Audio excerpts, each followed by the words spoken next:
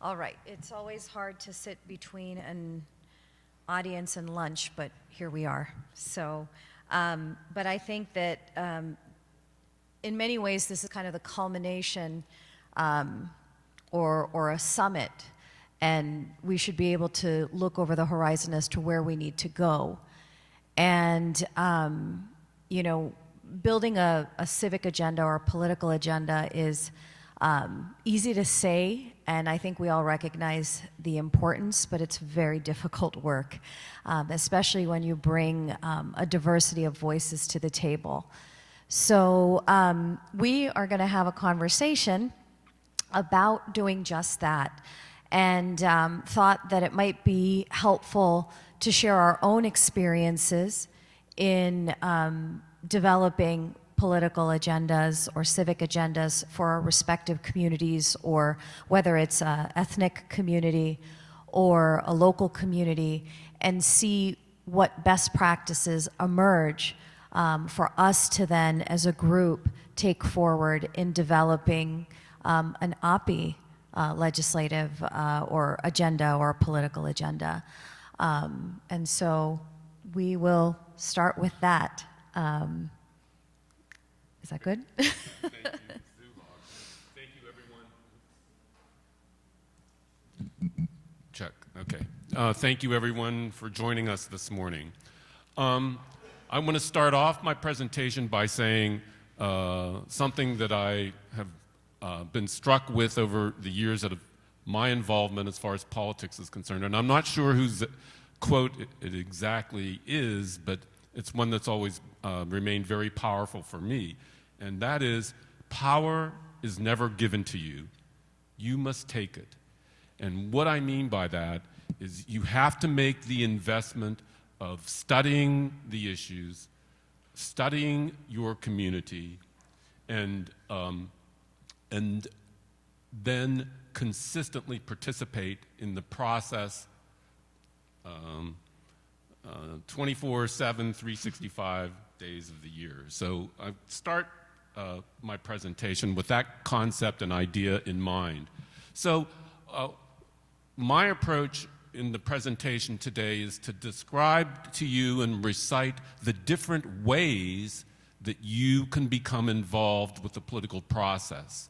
Each of us have our own particular skills and style of relating to people, having specific interests and skills, and finding what is most comfortable for you in the public arena as far as political participation is concerned, and community participation is up to you. And there are many ways that you can become involved, and finding the one that best suits your essence and nature is naturally the one you're going to be most effective and comfortable with.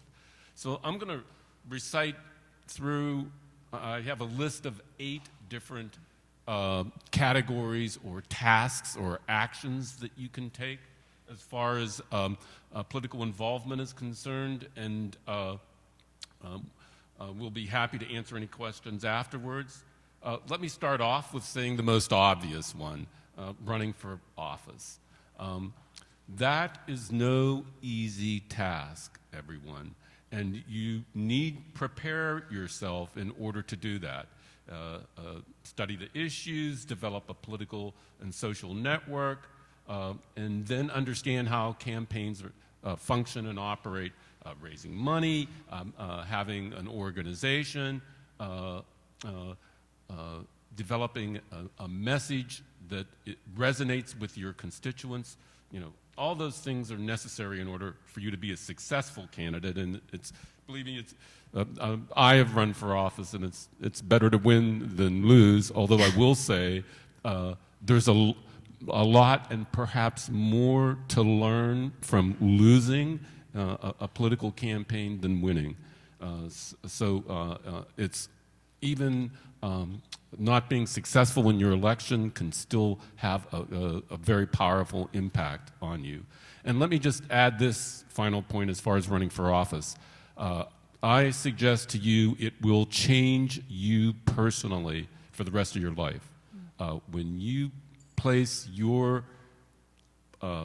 persona before the public and ask for affirmation, it's a very personal experience that you have in relating to other people, a part of yourself. So it's not for everyone, but those that have the interest and the skill set, it's an absolute necessity. We're not going to be able to make the kind of progress that we must if we don't have elected officials that understand and are a part of the AAPI community.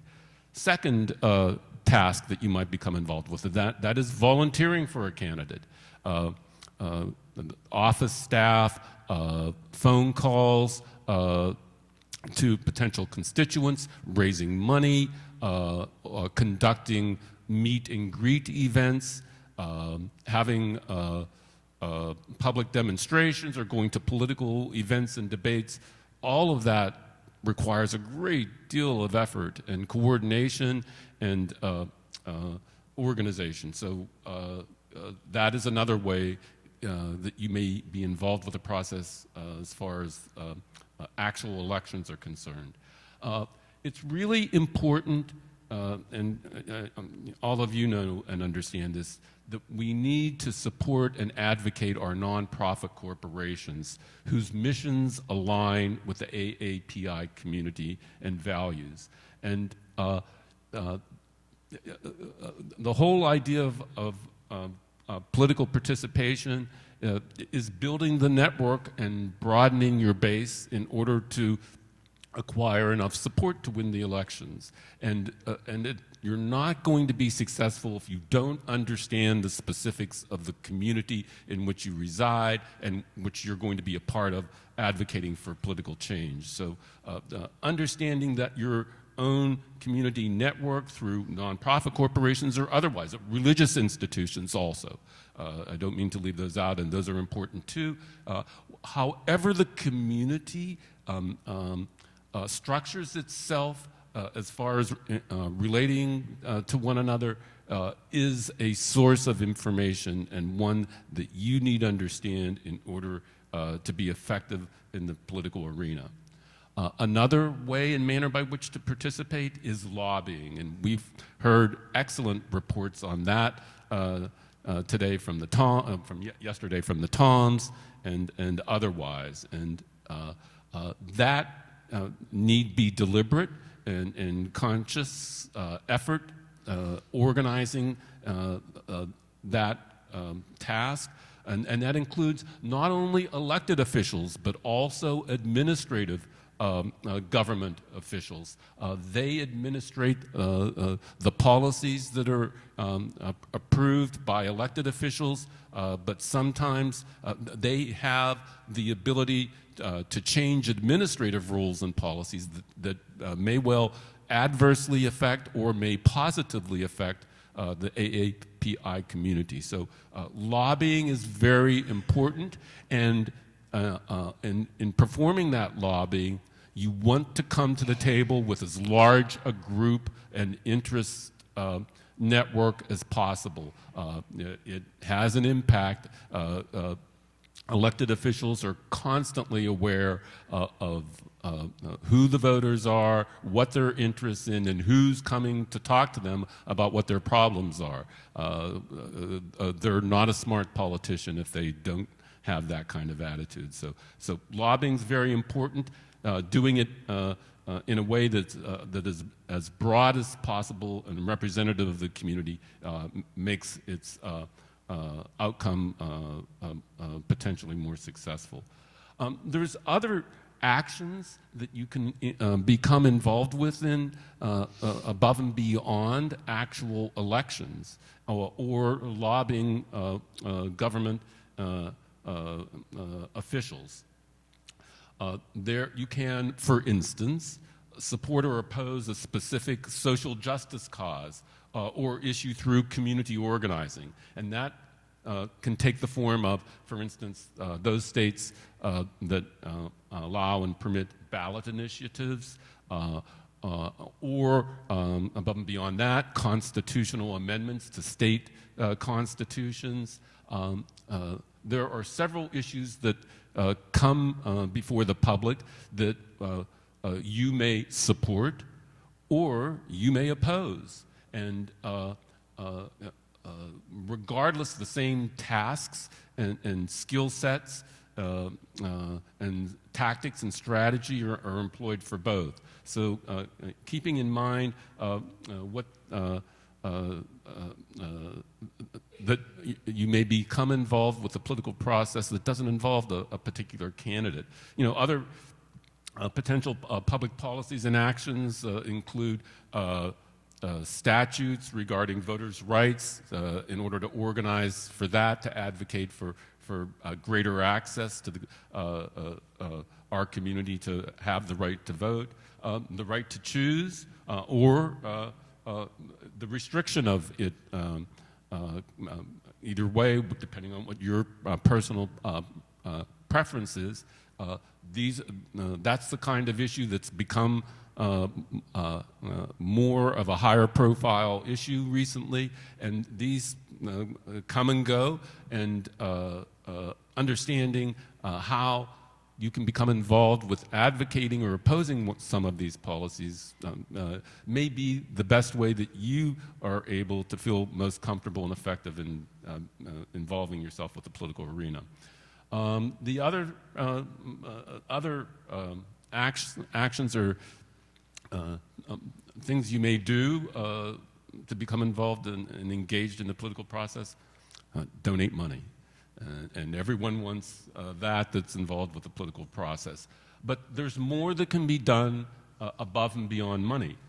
That includes services or other possible resources that you might have, such as providing food for volunteers, a facility for a meeting. Your professional skills may be employable as far as a campaign or a political action effort is concerned. And so there's many ways that you can become involved that you personally may be able to assist with by donating resources that are available to you. Next, I want to say it's very, very important, these last 2 points. You really need to know and study your local, regional, and national AAPI community news and issues to use that in assisting your efforts to build a network of mutual assistance. Knowledge is power, especially in the political arena, and knowing the issues, developing the network with people that have common alliances with you is absolutely critical and necessary in order for you to be successful. So you have to do your homework, and that's what I mean by knowing and studying your community news at all levels. Lastly, I'm going to end on this point. We need to develop and promote social and political alliances with other disempowered communities and groups based upon mutual respect and mutual beneficial interests. Building a network, again, is one of these things that is 24/7, 365 days out of the year. And what I mean by building a network is not only within your own community, but also with the allies that I referred to just a moment ago as far as disempowered communities, in order to develop that relationship and partnership and coalition going forward. But above and beyond that, even your opponents and those that are outside of your community, majority or otherwise, you need to know who they are, and you need to have avenues of communication, despite the fact that you may have differences. My experience in politics over the years is you'll know someone a year, 2, 3, 5, or 7, and completely disagree on any of the policies that come before both of you at the same time. But at one point in time, you may align yourself together. And having those lines of communication, making that investment of having a personal relationship with someone, despite the fact that you disagree with them, is very important and very effective. And that's the way you build success, is developing those alliances, each and every instance and issue, to expand it as great and as far as possible. One additional addendum to that is, related to that, never, I suggest, burn a political bridge. Most of the time, it's done in anger. Most of the time, it's ineffective. There's ways to disagree with people as far as policy is concerned without burning the relationship or destroying it. It makes your ability to be effective going into the future all the more powerful by maintaining those relationships, regardless of whether you agree or disagree. So that's my portion for the moment, and Suhag, Sure. I'll pass it over to you. I think it's a good segue to think about implementation, and that should always be kind of in the background as you develop your political agenda in terms of what issues are you going to pick up as a group, whether it's one entity or organization that's really focused in on, say, one ethnic community, and then in endeavors like this, where we're bringing together a diversity of ethnic communities, what does developing a political agenda for us mean in terms of at least legislative priorities? So I want to share a little bit about my experience with the Hindu American Foundation through this process. As I shared with you, we started HAF back in 2003, and didn't really have very many examples of a comprehensive legislative agenda or a policy or political agenda that was going to be invested in terms of the thought process that goes behind identifying issues, but then also the strategic plan to implement those priorities. And so I'll just kind of go over the process that we've been using, and I would warn right up front that it's definitely a combination of art and science, and it's a constantly evolving process, and one that we, especially through our engagement with other organizations, learn and add best practices to our own internal processes. This analysis kind of helps us first identify issues and then prioritize our agenda, and it's largely based on estimating its return on investment. How much is it going to take? And Jack has talked about a little bit on how much it might take. That might include donating to a member of Congress or to your local government. It may also include cultivating relationships with other coalitions. It may include educating your own constituency about a particular issue and seeing if they are willing and able to galvanize around it in order to give it the momentum it needs to be able to be pushed forward. So first we ask some big picture questions, at least from our perspective, is that what are the issues that are impacting either positively or negatively our constituency? So a legislative priority might be just building awareness about the community. It might be bringing awareness or legal changes to how, say, hate crimes data is collected around hate crimes. That's something that we were involved in several years ago, and I'll talk about that. It might be issues of religious liberty, equal protection. For us, the ethical treatment of animals, or trying to incorporate more plant-based options in public school lunches, for instance. Immigration policy, that can be kind of a tricky one, but an important one. Gun safety reform, education policies, human rights, or even constructive relationships between the U.S. and your country of origin. So that's a large slate of issues. And if anyone works in the nonprofit space, the number one thing that we know is our greatest limitation is resources. We cannot do everything. If we try to do everything, we are going to do everything kind of half effort or not even move the needle. Or you can kind of laser focus on 2 or 3 issues and say these are going to be our priorities and this is what we're going to invest in it. You also need to think through, and this also feeds into what the return on investment is that which branch of government might have the power to change impact the change that you're looking for. Is it the executive? Is it the legislative? Is it the judicial? And all 3 of those take different resources. I would say at this point, the legislative is probably the most resource intensive just because of the way our political system is kind of set up. And then, of course, it's important to identify what you want to accomplish and how long that's going to take. At least in our community, there's a sense that once you have like one action alert, it should just result in change, or that you have one resolution or a bill that supports a particular issue in the way that you see the solution, that it'll happen. But sometimes it takes the reintroduction of a resolution or a bill 5 years, 7 years, 10 years. And I think we heard that from other speakers throughout the conference.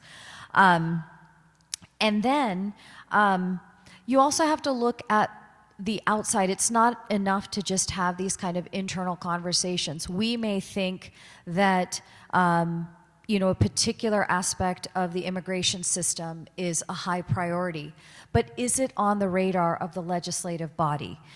It's almost like in the media, there's a term called newsjacking, where if there's a broader story that's occurring, that's a good entry point for you to bring, say, your unique perspective on that particular issue, and you have more likelihood of getting covered by the media than you would just sending out a press release about an event that you're doing, but it's not connected to anything else that's going on in your community or nationally. So in that same way, looking at current legislation, monitoring legislation to say, what are those issues? So you do still have to have that kind of broad net of issues that might be important to you, because in a coming congressional session, let's say, it might be a legislative priority for the U.S. Congress. And so that's a good opportunity to see how you might insert your interests into a broader conversation and impact change. And the other big thing is identifying champions, both inside the legislative body and outside. And then a last thing that we take into consideration as we narrow down the list of topics or issues that we're going to try to tackle is, what are the downsides? And that's part of that return on investment analysis. What resources do we have? What might the public perception be on an issue that might increase the challenge in how we have to articulate our perspective? And what impact might it have on longstanding partnerships or new partnerships? And I think that question, especially as we start looking at a broader Asian American political agenda, becomes very important. I think that if we are to keep our focus on America, it's going to be a lot easier, and our experiences in this country, it's going to be a lot easier to find kind of the commonalities of our struggles and our challenges, as opposed to bringing in, say, foreign policy issues where there might be points of tension. I want to talk a little bit about some of the challenges that we've met in the past, and then I'll also bring up some successes that we've had. One is agenda creep. If you have a question that's as broad as, does this affect the Hindu American community, you can really enter into exercises of logic pretzels and justify everything. And then you end up spreading yourself too thin. Sometimes you can end up taking on one issue because it's a hot issue, but maybe undermining another long-standing issue that you've been working on. And so you really have to be mindful, and I think it's only through experience that you gain the skills to better navigate what is absolutely critical, what is absolutely mission critical, and what isn't. And of course, that can change over time. Where we were 19 years ago is very different from where we are today. Another challenge that we've faced, and it's basically community pressure, especially in the direction that many, even local city councils and definitely the Congress are going, is in performative legislation. It's,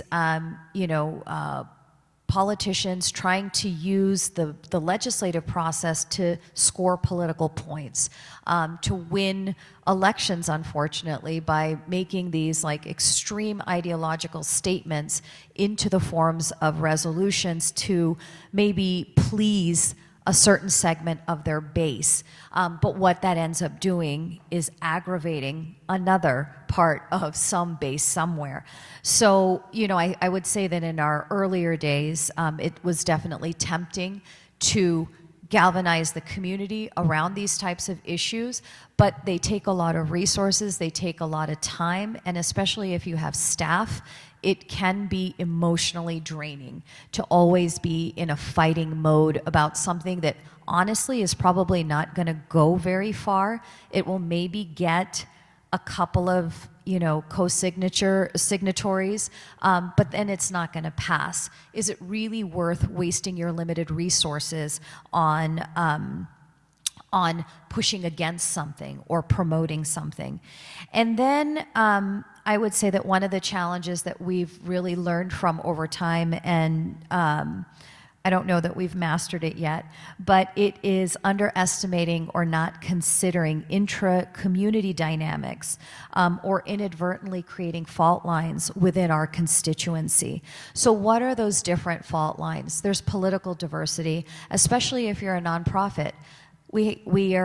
We're supposed to be nonpartisan. We're supposed to be non-political. We're not supposed to endorse any political candidates or particular political parties. So we have to keep that in mind, especially if you're a nonprofit, that, are we potentially creating these types of fissures within our own constituency, and that's especially important as minorities. We have our political differences, but it's so important when you're a smaller group to be able to transcend a variety of differences in order to find those commonalities. Another thing that we have hit against is generational diversity. And I use the word generational diversity very broadly. First, in terms of just what you would think it is, younger and elder, right? The younger generation see the world in very different ways, and the elder generation sees it. I don't know exactly where I fit into that, but at the age of 51, I think I may be in the middle. But that's something that you need to keep in mind, because some of the policy stances that an organization might take can create fissures within the family, because you have younger generation that is influenced by different things, whether it's social media, lack of experience, or their own experiences, and then the elder generation is influenced by different things. And then there's also a generational diversity between what I would say are older immigrants and newer immigrants, or older Americans and newer Americans within our own communities, so that the experiences of immigrants like my parents who came in the 60s is going to look very different than the experiences of someone who might have immigrated here in the 90s. My parents, for instance, just something as simple as buying Indian groceries, would have to write their order out on a piece of paper and not email, there was no email then. They would actually snail mail this list to a store in Chicago, and their Indian groceries would be shipped to them in California. This is what was their reality in the 60s. Today, an immigrant comes in, and you can buy palak paneer and naan at Trader Joe's. It's just a very different experience. So that also needs to be taken into consideration and can pose challenges as you look for creating kind of a collective agenda. I'd like to just share 2 or 3 successes that we've had. And one thing I haven't touched is proactive versus responsive. So proactive is when you're actually developing your own agenda items, looking to your community, looking to your constituency, and looking at what the challenges are and how you might impact change on those challenges by posing those issues, making your legislative bodies aware of those issues and advocating for them. And then there's the responsive. I talked about them, but I didn't really frame them in this way. Is there pending legislation that could impact you? So I'll give you an example of some pending legislation, or at least a pending move that we were able to kind of insert ourselves into the conversation, and that was hate crimes data collection. Back in, I want to say, the mid-2000s, there was growing awareness of the need for hate crime statistics, that hate crime statistics would better empower our communities to be able to monitor hate crimes and to identify areas or hotspots so that law enforcement could better empower the local communities to protect themselves. And so there were, for Asians, we kind of fell into just one big bucket. Now there is, and we talked about this actually yesterday too, in terms of the need for disaggregated data. There were not separate categories for, say, anti-Hindu, anti-Sikh, and there were hate crimes that were occurring that were deliberately on those bases, anti-Arab. And so, I think it was Senator Durbin from Illinois who had this issue top of mind because of things that had happened in his state and in neighboring states. And so he reached out and said, well, what would the Hindu American perspective on this issue be? So we were invited to offer testimony on something that was already a larger priority and insert ourselves into the conversation and ultimately successfully get the Congress to put pressure on the FBI to add more diverse hate crime categories, and then also work with the FBI to create hypotheticals on what a Hindu hate crime might look like, so that as they are making local law enforcement aware of these new categories, they also have some idea of what that might look like. And of course, we're also, from a grassroots perspective, offering law enforcement trainings to further deepen that understanding and that awareness. Another example, and this is more proactive in that we actually drafted the legislation and then pitched it to at the state level to assembly members, and at the federal level to congressmen and senators. And as a nonprofit, you can't support your congressmen. So who are your friends in Congress? That's where you have to be aware of any political action committees that are active in your community to know where are they investing, and also just individual community members, if they're just doing it as individuals, who are they investing in? Because those are probably the friendliest offices that you can approach. So back in 2007, we were able to, from start to finish, see the successful passage of Diwali resolutions that talked about the significance of Diwali for Hindus, Jains, Buddhists, and Sikhs. It was a way in which, on a positive platform, we can build awareness about our community and educate the public about some of the positive ways that we celebrate our values.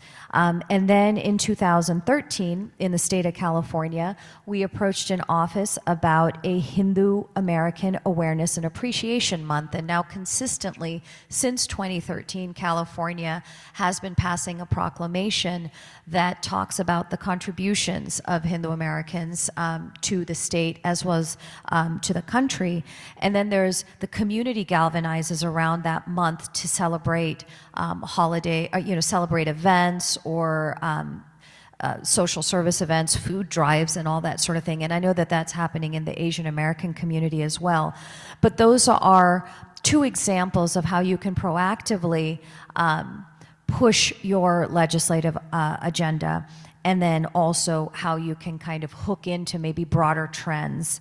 And I had a section on what resources are necessary, but I think Jack really did a great job in covering kind of the need for investment, whether that's donations to people who are running from the community, because there's no better way to at least give the legislative or political agenda of a community a better chance than to actually be on the side of decision making. And so that's very important. But I also want to just talk a little bit about technology and the power of technology. There are a lot of platforms where you can be really smart in how you galvanize the community around an issue. You can, through data analytics, as you're sending out action alerts, really start targeting, okay, this particular activist is more driven by state and local issues. So what are you going to do? You're going to make them aware of more of your state and local legislative priorities. Then you might have someone who doesn't care about state and local, but really cares about, say, U.S.-India relations. So then that's what you would target them with. So I think technology can be a powerful tool, and we just had a whole session on data, and I can't emphasize enough the importance of data. And lastly, grassroots training.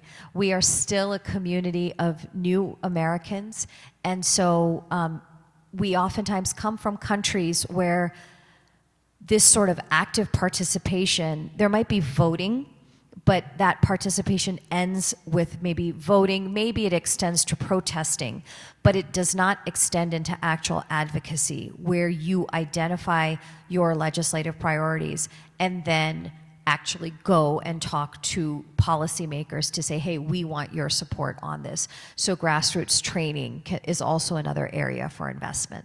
So with that, I don't know if we want to just open up for questions, or did you want to add anything? Thank you, Sue Hogg. One additional point that I want to make that I didn't earlier is this. I think it's critical and very important that someone, a group of people within the community participate, become involved, and be active with both of the political parties. Yeah. Both of them. You need to have the lines of communication open, so when an issue arises, you can go to that elected official, no matter what political party it is.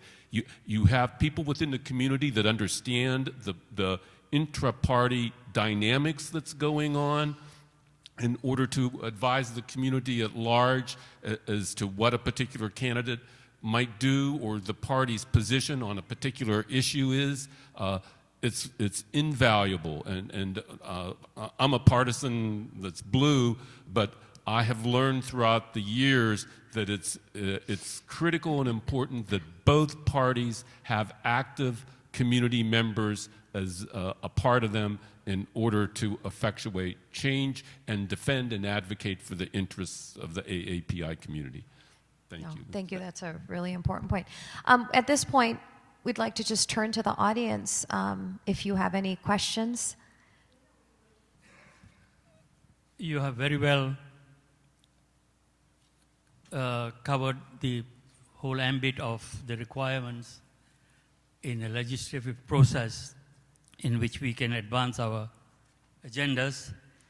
But there is one practical aspect in election system that needs to be addressed, to be paid attention to, in my opinion. There is always a sizable chunk of voters who, although they are registered voters, but are reluctant to go to vote. And they will give you any number of excuses. That they don't like the subject, they don't like the candidate, and so and so and so.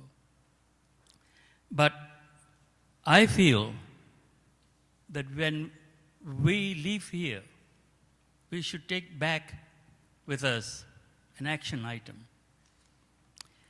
And that would be to emphasize that the community leaders should practically proactively organize and collaborate efforts to educate their colleagues using sample ballot forms, showing them how it is to be filled out, how many candidates are to be voted for in each category, and the significance of names appearing under different party lines. These are confusing and some of them fear the form and they avoid going to vote. That they should always vote as early as possible. That explaining why, they should be explained why it is very crucial that they must vote.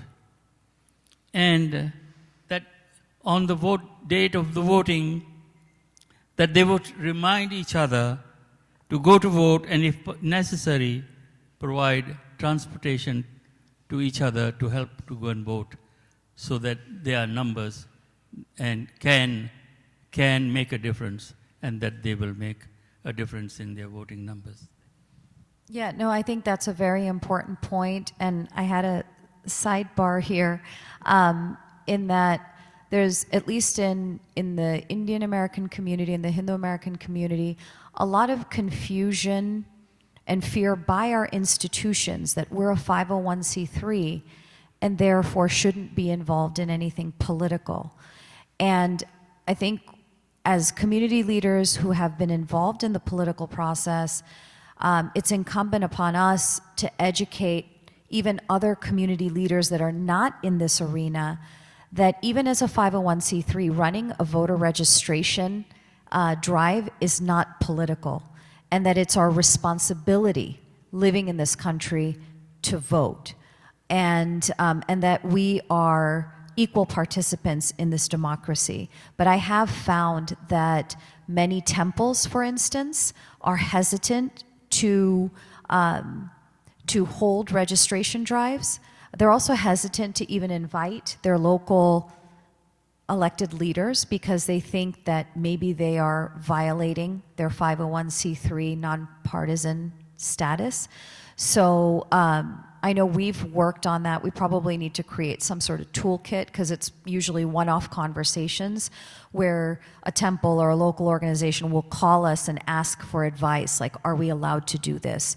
So we probably need to create more resources that can more broadly educate our community institutions on what they can and cannot do as 501c3s, but also what their civic responsibility is, and maybe in more culturally competent ways, try to hit that soft spot to maybe evince kind of some desire to want to be more engaged.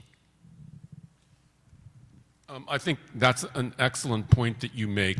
Voter education is critical in order for success to occur as far as engagement is concerned.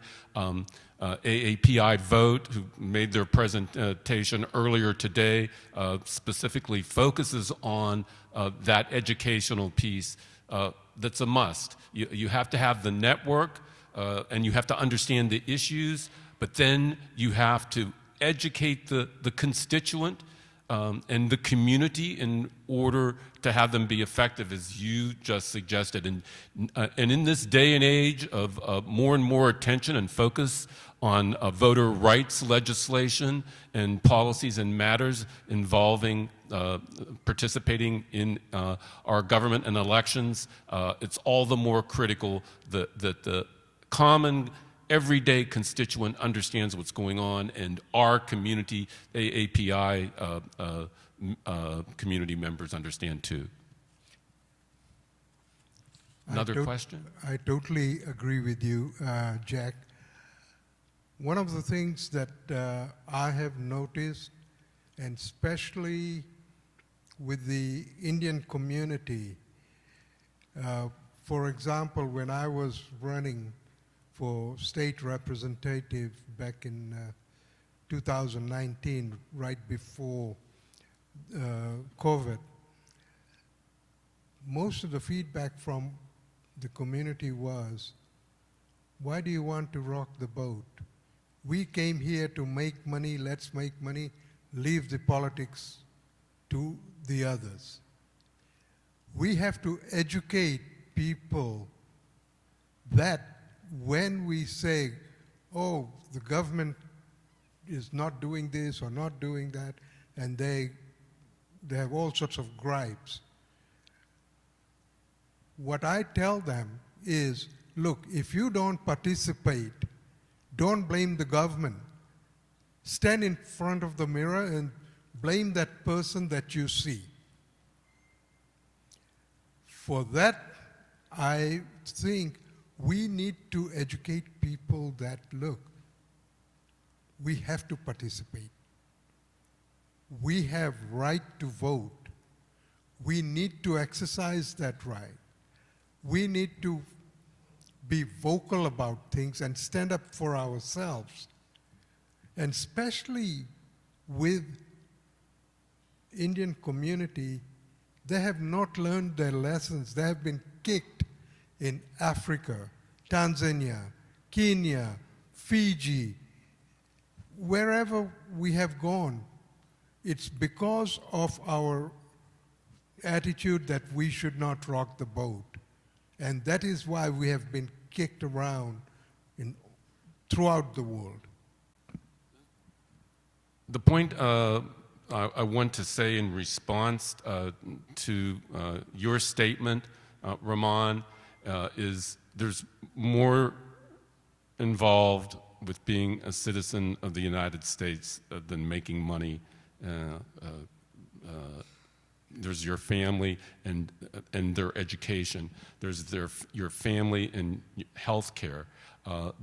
There is discrimination as far as employment is concerned that's inappropriate.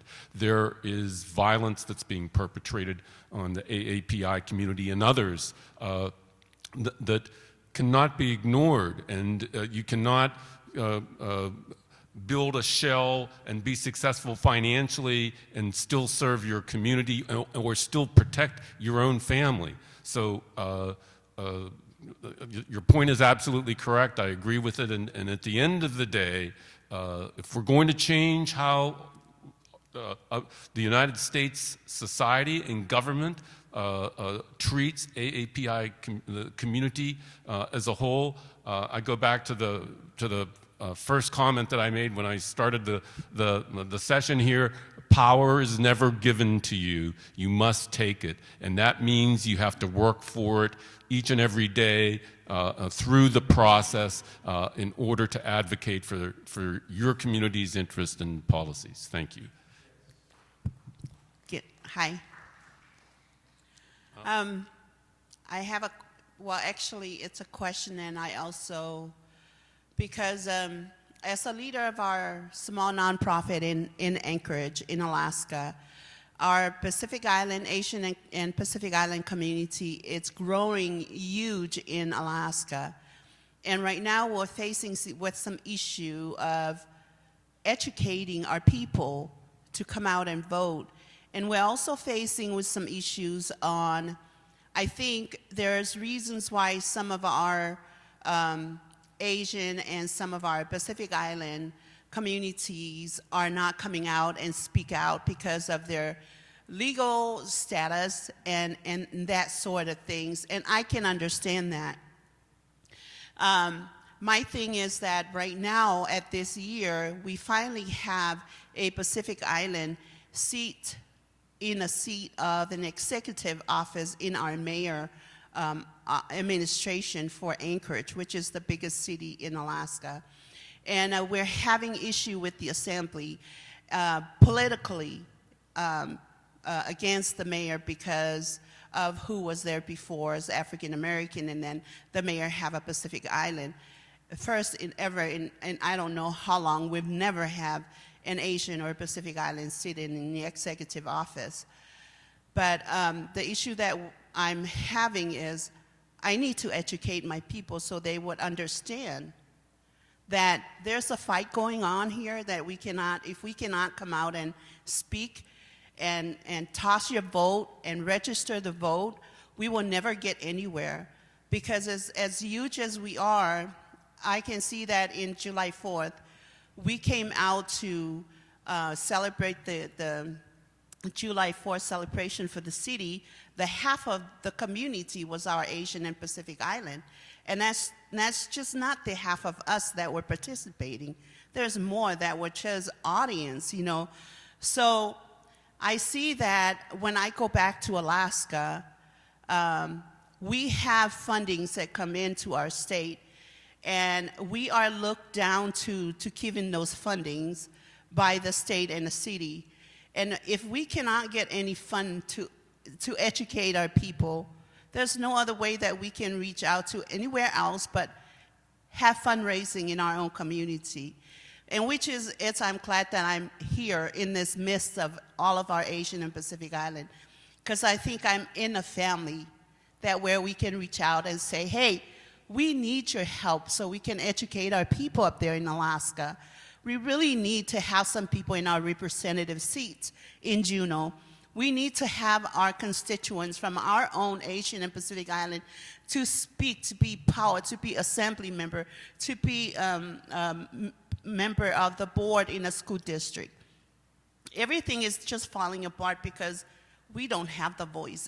And all our people are doing is just talk behind the wall. We can't take our voice further. So before I came, we have some Pacific Island that wanted to go up to the media and say, Lucy, we need to go to the media. We need to sit in front of the media, and we need to say that they're against us for whatever reason. If it's political, they need to put that away, because we are people that also throw the rock in this city and this state. And we are people that have the voice, and we built this city. You know, so I'm grateful to hear a lot of education piece that I'm hearing, what I can go back and share with our Asian and Pacific Island community. But I also need to ask for whoever that can look at us and say, hey, what can you do to ask for some funding to help you guys? Because we are weak up there in Alaska, and we're trying to grow to get our people out to speak. We actually have one sister that is running for the seat in Juneau now, and she's a young youth that just graduated from the University of Alaska, and she's running right now, and hopefully that she will win in November. And her the partner that's running against her is very strong, you know. So we need to get our people out, and we need to have them vote for this individual, our own person, so she can have that seat in Juneau. So I just want to say thank you all for the opportunity.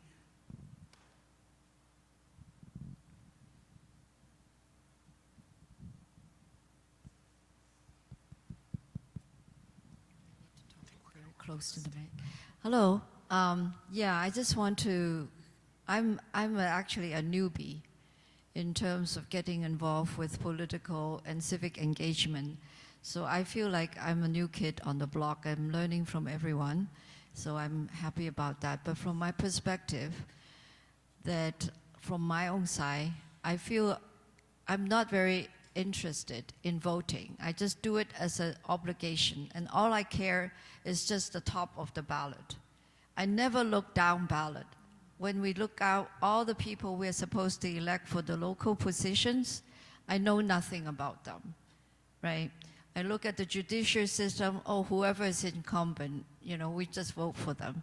So I think that part is really something that we need to motivate people to go out and vote, because those people are closest to us, rather than the top one, you know, the president and the senator.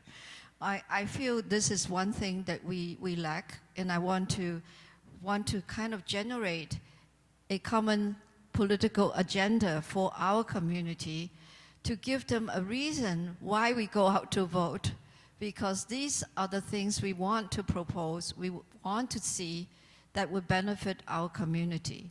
So does those candidates that we have listed on the ballot, do they care about these issues? Those are the things I feel that would tell us who we should vote for. And that gives us more power, more reason to go to the poll. That's one thing we didn't talk about was Suhag and I just talked about it just a second ago. A 501c4 where you raise money in order for political campaigns to support specific issues or common interests. That's something, Lucy, it sure sounds as if you could use some help with. But let me just ask you to persevere and say this. It is a long-term process building a political network and entity that advocates for your interests. So try to be patient and continue the work, number one. Number two, it's encouraging to hear that you have the young woman that is running as a candidate. Developing that farm team of future candidates is absolutely necessary and wise going into the future in order to be successful. You need many skills in order to be a successful politician and an elected one. And finally, let me say that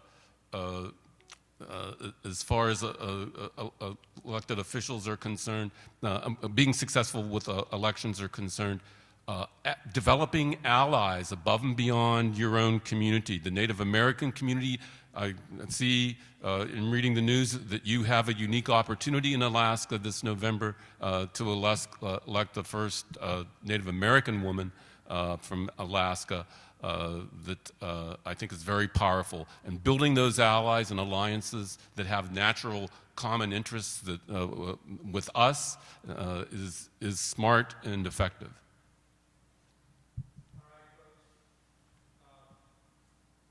Thank you. The next thing we have on the agenda is at 12:30, which is the press conference, but we have a few minutes before then. This is a perfect opportunity for us.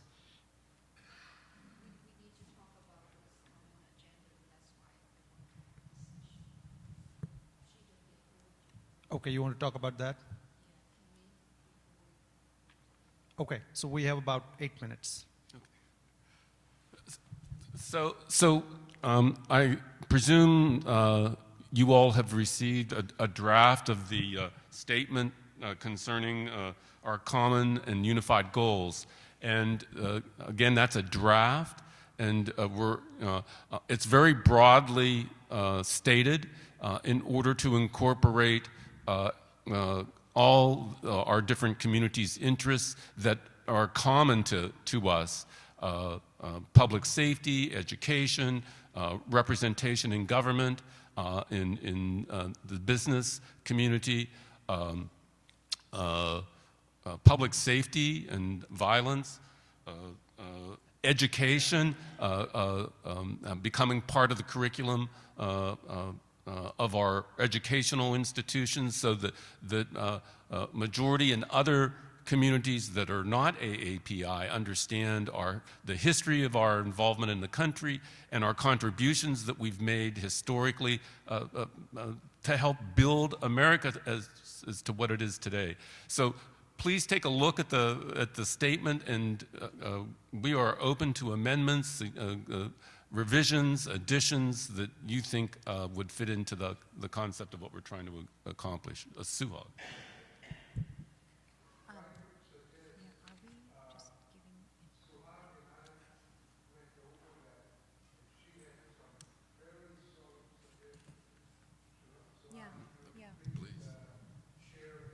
Yeah, is this just an open session to share? Okay.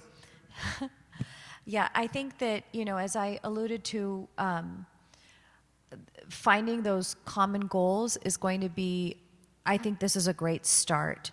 I think we can go even broader, and some of the language to make it immune or make it timeless. So for instance, looking at public safety.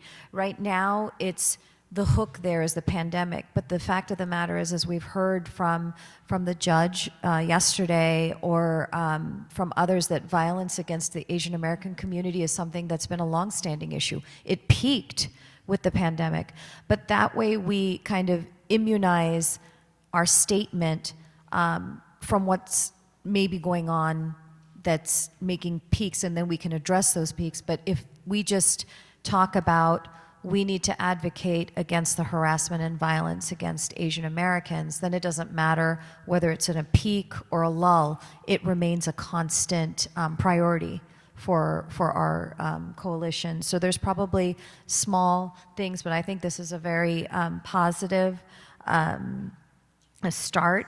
And I think some things maybe in order to emphasize, we could separate, say, equal protection and representation, because the mechanisms by which we bring about change in those two things are different. Representation is more of a political, it's going to be the political process of running, supporting candidates, that sort of thing, appointments or whatever, versus equal protection is maybe legislative, judicial. So that might be also another lens that I thought of in how we can approach fine-tuning the points. But I'm very encouraged by the statement and just the whole past 2-3 days that we've spent together.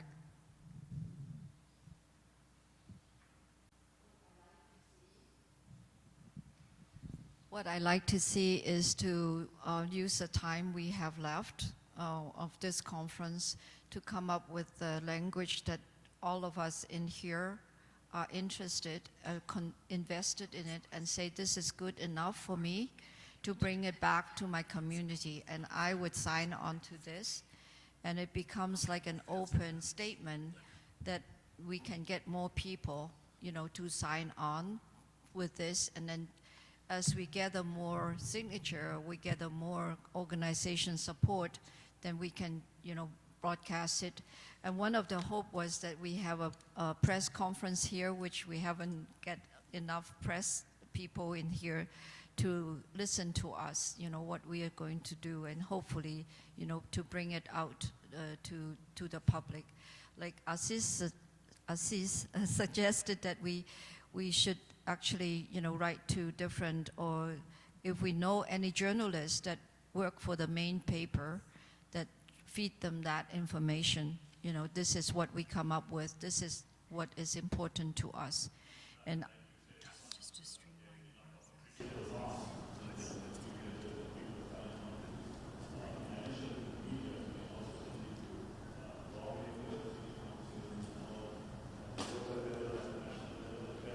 Yes, I think that would be more impactful too.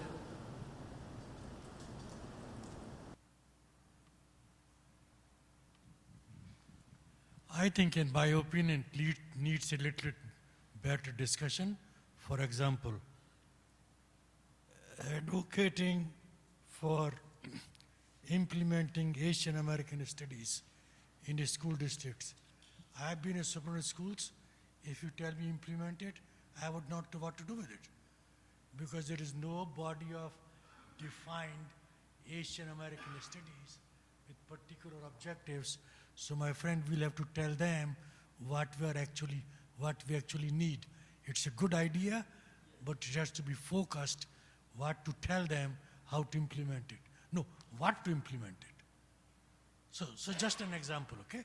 So it will need a little bit broader study for us to come back to you to make any suggestions. Thank you, sir. It's an excellent draft, no doubt about it. Excellent suggestion. So I think this is a natural segue for us as we are dealing with this, and also start talking about our experience at this conference, any feedback. Let's keep this as a priority, but in addition to that, do not hesitate to share your either closing remarks or experience or feedback.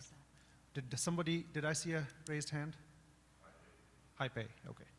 Oh, well, I was just saying that maybe, we could, it's just technical issue. We could be a little bit, at least feel a little bit more inclusive by adding a word Pacific in between Asian Americans. I personally do not necessarily endorse all those fancy initials. I have barely just got used to the term AAPI. Then our White House come up with some new AANPHI, whatever it is. I don't think that will ever get anywhere. But yeah, I totally respect Native Hawaiian, but well, that's my personal view again. That at some last NCLF event, we have quite a few Pacific Islander people join us, and we ask each other, and they were saying that please add Pacific into that. And I asked them, do you feel that's enough? And they said yes, as long as you have a Pacific, that should be enough for their purpose. But then, of course, you can have more specific Hawaiian, Native American, everything else. But yeah, that's just my thought. I thought it might be better to say Asian Pacific Americans. Thank you. API. One, just based on my past experience in putting together these types of statements that are bringing multiple views and experiences together, maybe a committee to work on this, and then, just with the expectation that there will be multiple iterations before it's finalized, might be a way to streamline and make the process efficient and just kind of geared towards having a good, solid statement at the end, and then there can be opportunity for people to weigh in, is just a suggestion. Hi there, my name is Janie. I'm going to put my event planner hat aside. I want to thank all of you for bringing this important topics, especially to Las Vegas, right, Nevada, so thank you for having it here. I'm going to go back to Rajiv and even Aziz about why are the press not here today? And I'll tell you why. It's because everything that you have up there, they're going to perceive it as old news, right? They're very generic, and I'll tell you, what the media really needs are what's called SMART goals, right? It got to be specific, it got to be measurable, attainable, results-oriented, and timely. But all you have right here are great in general, but what is AAUC going to do and how we address it? What's the urgency and stuff like that, right?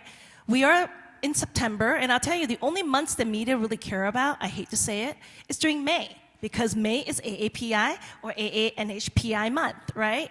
So, and maybe the Lunar New Year, they'll care about it a little bit, right? But so I think what we need to do, we as a group, is to identify that is really specific. I mean, I know we want to be general, but I think it's also necessary to be specific. One specific thing is the November election that's coming up. There are very important races that are locally, right? And understand that statewide is very special as well. In the state of Nevada, we have what's called a primary, and there's a general. For you to be a primary, a registered Republican have to vote for a registered Republican, and then Democrats have to vote for Dems, right? But in other states, you just don't care. It's the top two that goes along, like California. So I'll tell you, being involved with this, because my husband did run for a statewide, right? And he's an AAPI, NHPI for that matter. And here being the 9th island, everyone's like, he's a Hawaiian, we're voting for him. But what they didn't understand is that during the primary, they have to go to as a registered what party. So a lot of them came out going, I don't see your name on the ballot, Derek, what happened? Because again, it's the ignorance, right? So I think what maybe is great is, yes, let's take this back, form a real committee and really have SMART goals, because if you don't have the SMART goals, nothing will ever change. Will just be a room of all these people right here. All you are activators, doers, but what's not getting out there are the people that are not in the room, or 10 friends and 10 family members of yours that are not in this room. So I applaud all you guys for being here, but I think next step is really action speaks louder than words. That's what we need to do. Thank you.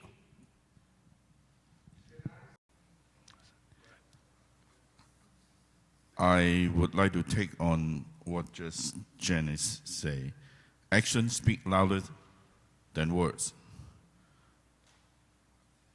What we're doing here, we're creating another spectator spot. all of us need to involve in our own small way. It could be done.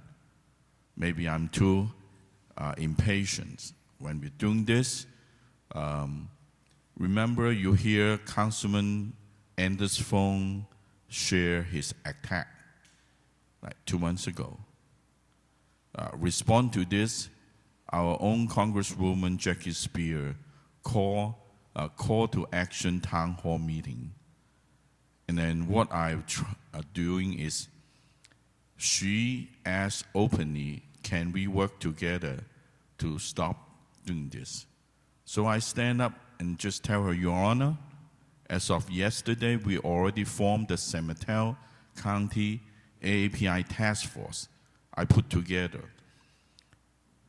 The reason I can put together is you all need to know your own community, your leadership landscape, who are out there. Second is who are the AAPI elected officials in your own community. Build a relationship and call on them. That's what I do. The first meeting, I get the San Mateo County AAPI elected official, about 20 city, total about 30-some elected official. So what I say is, we have enough talking. Let's stop talking. Let's take action. Action with a strategy. So instead of ask them, bring up the awareness, I ask them, we all are aware of this hate crime. So what are you going to do about it in your own way?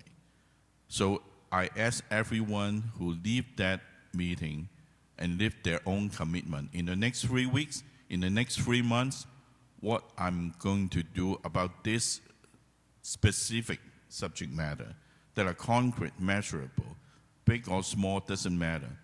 But I want them to write it so that we can compile them.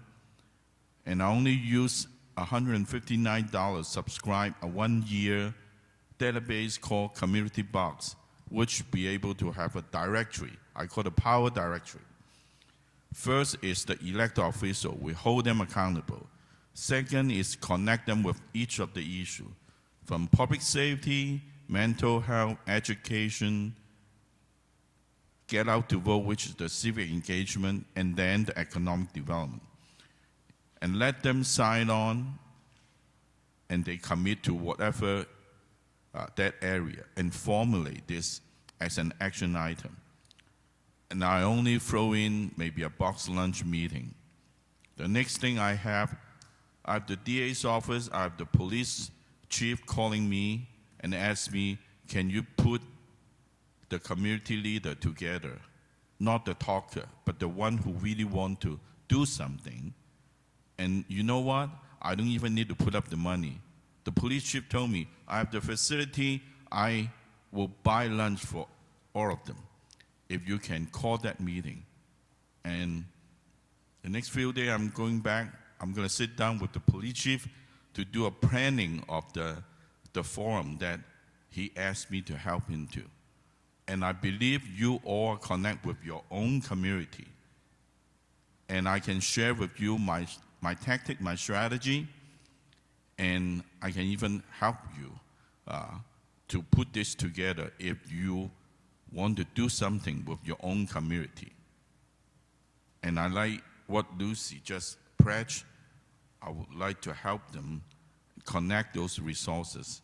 And I wish you all have sit in my session yesterday, because it was for you, not for me to talk. Actually, I want to put something that you all can put it together so that you can build that resources for your own organization, to connect them, then together we'll have a coalition that can sustain ourselves. I admire all these tireless leaders who put their time together, but we cannot work it alone. We have to work it together. I always said that, actually 4 years ago, if you want to go fast, fly alone. But if you want to go far, we have to fly together. Flying together is not just tag along. Rather than when you flip your wing, you lift up each other by your wingtip. And that's how we can all get to the other side. It is not one person or one organization, but we have to go do it all. Sorry. I'm going to make a suggestion that, Anthony, we add you to the committee, number one. And number two, that the committee create a Google Doc and disseminate it to the participants here today or others that are interested, that are a part of AAUC, in order to solicit their opinions and input and obtain consensus going forward, and then release it, and have it include action items that are specific and measurable, thank you, and goals. I think the word call to action really strike me with thinking about the goal as an organization like this and how we accomplish the unity. And we all talk about one of the major way to really have the unity is the internal communication. And I think a call of action is to develop some mean not only across different communities at different local, different state, but nationally, because that's our goal. If we have a platform like people in Alaska need help that have a place to let everybody else know, and if we can in some way to more actively collaborating to help each group and each local in their particular situation. And the second thing I think should be added to our agenda as a call to action, what crossed my mind is the training. And we should have a leadership training vehicle, or maybe just called the API Leadership Institute, that establish a permanent venue to have the training include a recruiting candidate for both parties, doesn't matter if it's the API, and they should be able to come in, go through the training, either training as a candidate or training as a lobbyist, or even develop each individual locations or state on how to create the message or common goals. And the third one, we constantly talking about the media. And I think one of the organizations is a little bit missing in this picture, and we should be kind of bring them in. That is the AAJA, Asian American Journalists Association, because those are our API members that are working in the mainstream media, various different media. And if we have a closer collaboration with them, we will be able to get our API messages and trickle into the main media, and because they have some natural connection with us, and they would be interested as well. Because I'm a member of Untitled Chapter, even though I'm not a journalist. And I think that is something that we shouldn't miss that. I remember early in the conference, somebody mentioned about something that happening through that organization. And especially on this recent spike of Asian American hate crimes, that organization play a very, very important role. And for us to work with them closely will be beneficial for both too. Very quickly, before I go to, any response or comment there, or should I? Those are all great Okay. points. All right.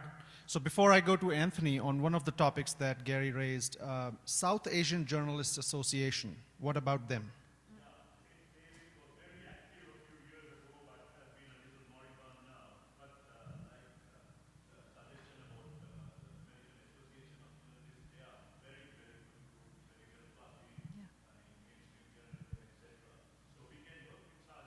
Okay. So that's a point worth noting, which is that you can maybe lead us on that front, Aziz. Thank you.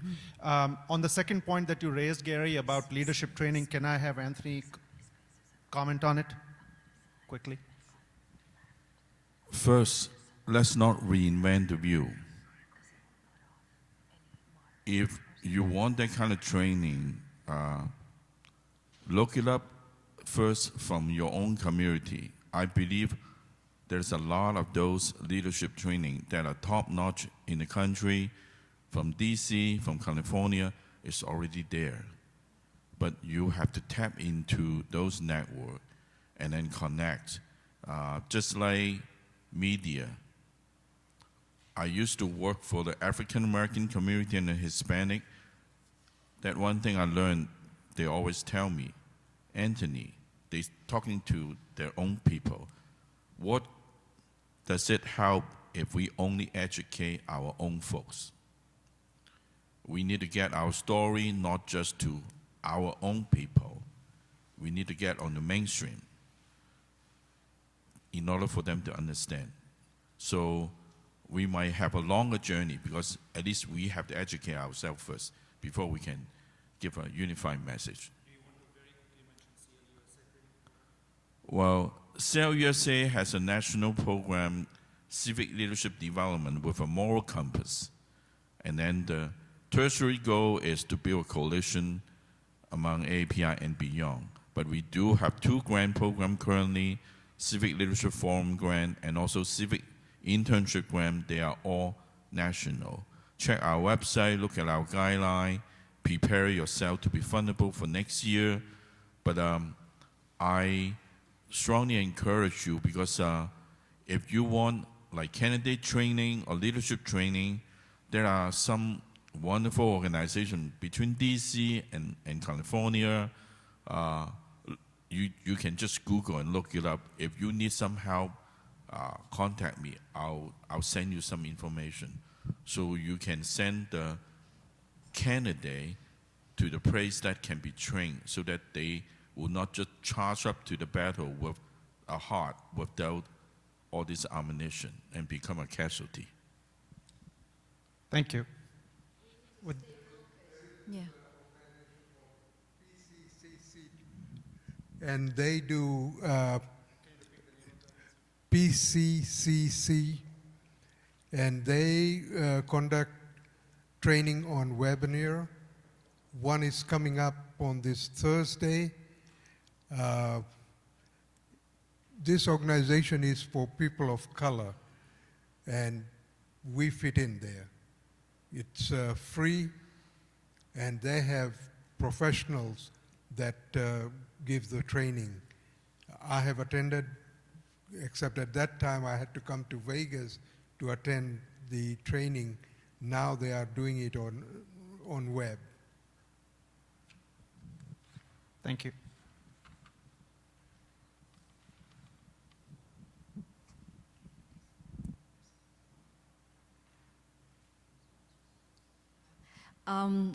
I just want to was hoping that this draft was out 2 months ago so we could circulate among everybody and get the comments back and then have it down here. I feel even a very general statement is worthwhile. I feel that the 2019 statement that we came together and signed with about 60, 80, 90 people who signed it, from all different ethnic groups that we held in Washington, D.C., actually made an impact. And I see it reported in other places that talk about what we are doing. And at that point, I think it also ignited a lot of interest of people getting more civically engaged. As I caliber what that is happening. There are a lot of needs that are in our community. But for us, AAUC, we have a very clear mission. We cannot do everything that is the community needs, but we can only do is, what we should do is to try to unite all different Asian American Pacific Islander communities, to get them together in an occasion like this, right? We can talk, we can brainstorm, we can say what kind of action item we can come up with, but there are training, there are other things that we want that resources to be available to other people. Like APIA Vote has a lot of training, APAC has a lot of training, you know, that we are looking for. So we don't want to duplicate what other people can do and do it very well. So what we are doing is, our role is to connect and to cooperate and to collaborate and also to empower each other, you know. So that's our role. I don't want to go into training and then start a lot of resources on training. We don't have that capability right now. So I feel the hub is one thing we could contribute to the entire community. Doesn't matter what ethnic group you are in, you can use that to find the organization, to find the distribution of API population in your state, in your area, and what they are, so you can have all these resources at your fingertips. I think this is something I feel AAUC can do. You know, I don't want to go into a 501c4 and doing all these other things. I don't feel, I'm very limited in my vision. I don't feel that AAUC should cover all these different possibilities that can be done, or the needs that needs to be done out there. So if anybody who would like to make some comments and, you know, about the session, and I hope everyone has followed the challenge that you met 10 different new people in this conference that you have never seen before, okay? You've never talked to before. Have you done it, Gary? Great. And you too? Wonderful. So I want everyone to benefit from this event, even personally, or, you know, for the community that you represent. So I want to have a shout out for everyone who stay here until tomorrow and want to have a dinner with us. And it's an open invitation to all of you in here that we will be meeting in that other room behind us. It's called Champagne Room 4. After lunch, we're not going to provide lunch today, but you go out and then come back. We have a board meeting starting at 3 o'clock.